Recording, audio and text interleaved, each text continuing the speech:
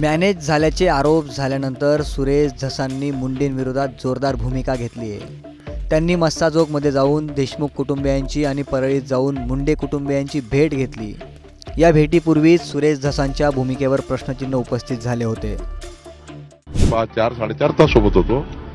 त्यांचे मतभेद आहे, मनभेद नाहीये।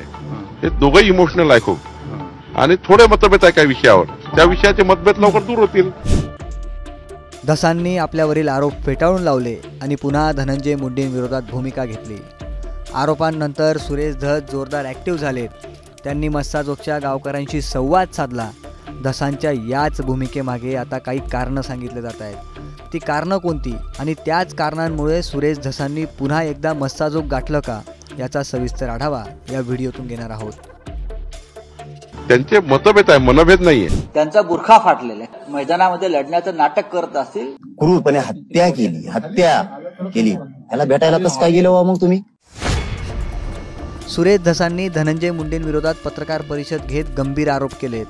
धनंजय मुंडे कृषी मंत्री असताना त्यांनी 300 कोटींचा घोटाळा केल्याचाही आरोप धसांनी केला आहे। धसांच्या याच आरोपांवरून संजय राऊत यांनी शंका व्यक्त करत सुरेश धस खोटं लढण्याचं नाटक करत असल्याचा आरोप केला आहे। त्यांचा बुरखा फाटलेला आहे। अजूनही ते मैदानामध्ये लढण्याचं नाटक करत असतील तर ते करत राहावं, पण जो बुन से गयो हाऊस से नाही। यावरून सुरेश धस खरंच खोटं लढण्याचं नाटक करतायत का, अशा शंकाही उपस्थित केल्या गेल्यात। यानंतर सुरेश धसांनी तात्काळ मस्साजोग गाठलं। धनंजय देशमुख आणि गावकऱ्यांशी संवाद साधला। केज पोलीस स्टेशनला भेट दिली आणि महादेव मुंडेच्याही कुटुंबियांची भेट घेतली। धसांनी स्वीकारलेल्या आक्रमक भूमिकेमागे काही कारणंही समोर आली आहेत। ती कारणं काय तेही पाहूयात। जरांगेंची आक्रमकता। सुरेश धसांनी धनंजय मुंडेंची भेट घेऊन मराठ्यांचा घात केल्याचा गंभीर आरोप मनोज जरांगे पाटील यांनी केला आहे। आता तर ह्या माणसानं तर आपल्या समाजाच्या बांधवाचा खून केलाय, मर्डर केलाय, क्रूरपणे हत्या केली त्याला भेटायला कसं काय गेलो मग तुम्ही? मराठा समाजाची नाराजी ओढवणं सुरेश धसांना न पुरवणारं आहे आणि म्हणून ते जरांगेंवर टीका न करता पुन्हा एकदा आक्रमक झालेत का, असे तर्क लावले जात आहेत। सोमनाथ सूर्यवंशी प्रकरणातील संशयास्पद भूमिका। परभणी प्रकरणातही सुरेश धसांचा पोलिसांना मोठं मन करून माफ करून द्या असा व्हिडिओ व्हायरल झाला आणि त्यानंतर सोमनाथ सूर्यवंशीच्या आईनेही सुरेश धसांवर गंभीर आरोप केलेत। सुरेश धसाने जे बोलल्यात हे फार चुकीचं बोलल्यात। एक सुरेश धसाचं जर पोरगा असतं ना, ते मग ते सुरेश धसाला पण कळालं असतं, स्वतःचा मुलगा गेला असतं तर। आज माझा मुलगा गेलाय, मला काय वेदना आहेत, मला काय त्रास आहे ते मला माहिती आहे। आपल्याबद्दलची हीच संशयित प्रतिमा पुसून टाकण्यासाठी धसांनी आक्रमक पवित्रा घेतला का, असे प्रश्न विचारले जात आहेत। मस्साजोगच्या गावकऱ्यांनी घेतलेली भूमिका। सुरेश धसांच्या भूमिकेवर प्रश्नचिन्ह उभं राहिल्यावर खासदार बजरंग सोनवणे आणि संदीप क्षीरसागर यांनी एकटं लढण्याची तयारी दाखवली।